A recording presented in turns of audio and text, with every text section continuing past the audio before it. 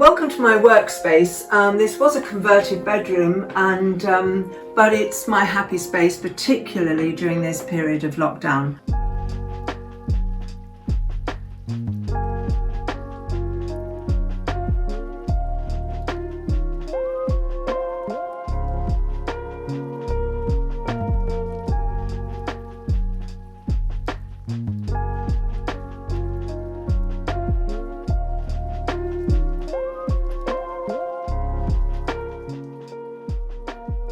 From childhood, always stitching.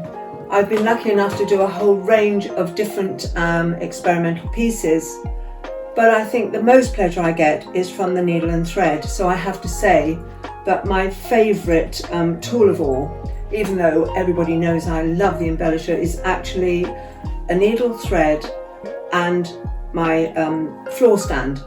Although I design in this room, I can take my floor stand to different parts of the house and settle down, and once I've prepared what I'm doing, do the stitching. The moon theme has been on the go for some time. I've always been fascinated, and it's even more relevant now when people are having terribly difficult lives. Whatever else is happening in your life, the moon comes up and the moon waxes and wanes.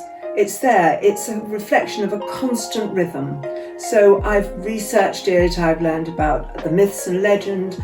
I've done several pieces based on the interesting names that particularly the Native American used for the moons, such as the harvest moon or the snow moon or the sturgeon moon even. And I've really enjoyed getting to grips. Research is a major part of what I do. With my lovely friend and colleague Jan Beanie, we have written so many books now, and people have been kind enough to come up and say that they've enjoyed the books, and although they love the illustrations, there is nothing like seeing the things in real life. So it's a hope of mine that you really will get to see the exhibition and come and see the work of many makers of different disciplines and share their passion, and certainly share my passion with textiles.